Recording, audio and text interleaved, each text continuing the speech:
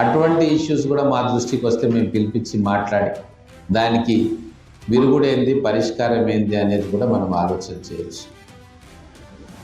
బోయపల్లిలో evening time పిల్లలు వచ్చి అక్కడ చీకటి పడిన తర్వాత అక్కడికి వచ్చి డ్రింక్స్ సేవిస్తున్నారని చెప్తే మేము అక్కడ పోలీస్ స్టేషన్కి చెప్తే రెగ్యులర్గా మానిటరింగ్ చేసాం.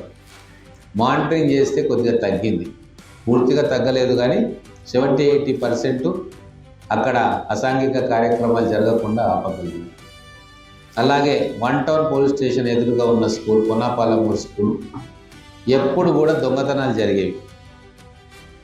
ఏది పెట్టినా కంప్యూటర్తో సహా ఫ్యాన్లతో సహా దొంగతనాలు జరిగేవి.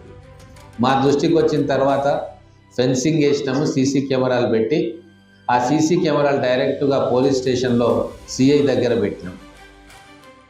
ఇమ్మీడియట్గా ఎవరైతే దొంగతనం చేసిందో వాళ్ళు పట్టుబడ్డారు, పిలిచినాం పోలీస్ స్టేషన్లో.